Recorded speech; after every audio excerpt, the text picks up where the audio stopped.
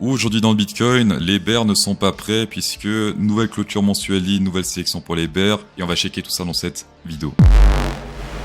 En mensuel, on commence par un retest du 0,58 sur le Fibonacci, 0,6 ici, 0,58. Là pour l'instant, c'est un retest et... Non, on n'a pas encore retesté. Si on zoome très bien, on teste pas encore. Donc pas mal de TP vont être prises dans cette zone.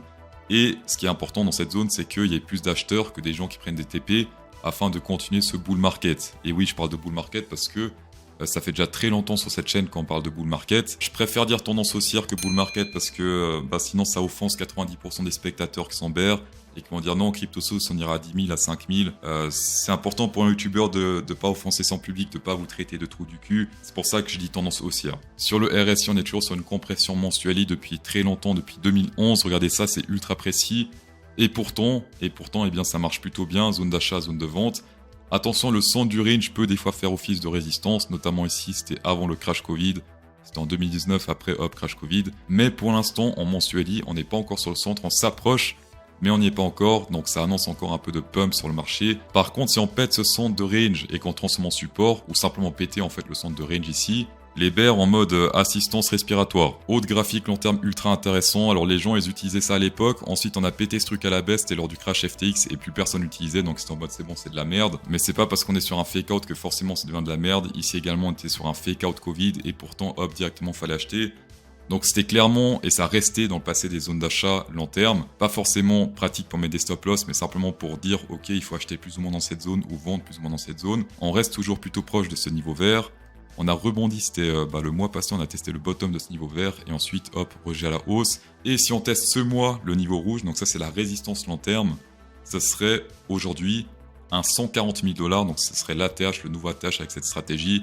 Mais on peut très bien faire comme par exemple ici, d'accord, monter de manière très chiante, de manière très lente, et dans ce cas ce serait 42 000 en 2025. Ça serait très chiant, mais c'est possible selon ce graphe. Donc en gros, ce graphe pour du long terme, il dit où acheter ou vendre, mais pas forcément quand acheter et quand vendre. Soyez quand même un peu attentif au centre du range, puisque là on était sur si on prend le bottom ici et le top, ouais, plus ou moins sur la zone danger 0,58, et ensuite rejet à la baisse. Donc à partir du 50, 60 même, attention puisque c'est la première résistance, et des fois on a des résultats un peu comme ça, assez moches. Et là, ce niveau dégueulasse serait, hop, si on prend ici, autour plus ou moins des 70 000. Le scénario est pessimiste, mais si on compare au prix d'aujourd'hui, eh bien c'est optimiste. Le troisième scénario, c'est ces Power Range qui fonctionnent également ultra bien ici en mensueli. Et ça fait office de support et de résistance. Et souvent, quand on a rangé dans un range comme ça, eh bien retour, résistance suivante, voire même beaucoup plus haut. Et là, pour l'instant, on range. Et la résistance suivante, si on prend ce mois-ci, eh bien ça se passe ici à la résistance suivante, autour des 59 000, même 60 000 $, on peut arrondir. Ce qui également est ultra bullish. On dirait que c'est que dalle ici sur ce graphe. Et pourtant, 60 000 $, ça fait un 50% encore de pump pour tester le top de ce range. Si on prend le risque-récompense pour ceux qui veulent tenter un trade comme ça maintenant, on est sur un 2,57, d'accord, si on arrive à rentrer sur l'ouverture de cette bougie-là, ce qui est un super trade en mensueli. Ici, on a un graphe sur le taker volume. Qu'est-ce que c'est que le taker volume? C'est les personnes qui font des ordres et qui rentrent directement dans l'ordre sans faire de limite, donc sans dire ok, j'achète à 20 000, à 25 000, etc. Ils rentrent directement au prix actuel, soit pour de l'achat, soit pour de la vente. Et ici, le truc positif, en fait, c'est que les takers sont en train de vendre en masse, donc ils prennent des profits, je suppose. Ça m'étonnerait qu'ils vendent en mode perte. Et on voit que le prix continue à monter. Donc les takers, c'est les violets. Et quand la pression est à la hausse, eh bien le prix monte aussi. Là, il y a pas mal de pression baissière, ça galère à baisser. Et là, bon, énorme boost. Donc là, clairement, ça s'est bien pété la gueule. Mais on voit clairement la différence entre la pression baissière et la pression acheteuse. Ça va clairement en faveur des acheteurs. Aujourd'hui, faites très gaffe à l'open interest. Personnellement, je respecte ma stratégie et j'ai pris un TP dans cette zone-là quand on a testé avec la tige, cette résistance. C'était avec cette bougie-là, donc c'était très proche encore du prix actuel. Personnellement, j'ai pas re-TP ici, mais en tout cas, pour ceux qui n'ont pas encore TP, qui sont en profit, eh bien attention parce que historiquement, cette zone résistance. Et si ça pète, regardez ça, parce qu'il n'y a pas de surachat ou de survente ici sur le Pinterest, contrairement au RSI. On pète à la hausse, retest, voire même pas de retest, et puis to the moon, sky is the limit. Si ce truc pète à la hausse, eh bien simplement, on sera sur un niveau historique de trading parce que on n'aura jamais eu des niveaux comme ça élevés sur le trading futur. Là, on serait sur des niveaux 5 milliards, alors que historiquement, le niveau max, c'était plus ou moins ici 4,8 milliards. Alors oui, si on prend tous les exchanges, il y a 10 fois plus de volume de trading. Là, ça prend en compte les plus gros, Binance, BitMEX, Kraken, et c'est tout. Pour ceux qui veulent l'open interest réel, vous allez sur Coinalyze, vous mettez Bitcoin ici, vous cliquez dessus, et là on a le vrai open interest. Donc là on est sur du 11 milliards. Toutes mes félicitations à la Team Plus qui a gagné, on est en bull market, donc si vous mettez plus, vous avez beaucoup plus de chances de gagner que si vous mettez moins. Le gagnant des 25 $ sur BitGet s'affiche à l'écran, bravo à toi. Lundi 9h, prix du Bitcoin au-dessus ou en dessous des 38 670, plus ou moins la fin de commentaires. Fin de participation, aujourd'hui, non allez, demain midi. Également ce week-end, c'est le week-end Osez le streaming. Durant ce week-end, CryptoSauce fera des donations au hasard aux streamants acceptant les donations crypto via Satotips. Si vous souhaitez que CryptoSauce passe au live et fait un don, utilisez Satotips sur Twitch ou YouTube, peu importe, mettre chaîne URL en commentaire, et avec un peu de chance, je passe sur la chaîne, hop, 10 $, 20 $, 25, etc. Et je m'en fous du nombre de spectateurs. Également, vous êtes avantagé si vous faites un compte sur les exchanges en description, parce que vous avez des rabais sur vos frais trading, sur le long terme, ça fait la différence. 10% de rabais sur BitGet, 10% également sur BinX et également 10% sur Apex, tapez dedans. Sur le Ethereum, on peut également faire des trucs similaires. On est historiquement seulement sur un échec, j'ai l'impression, puisque là, ça fait un semblant de rebond et en fait non, on s'est pété la gueule.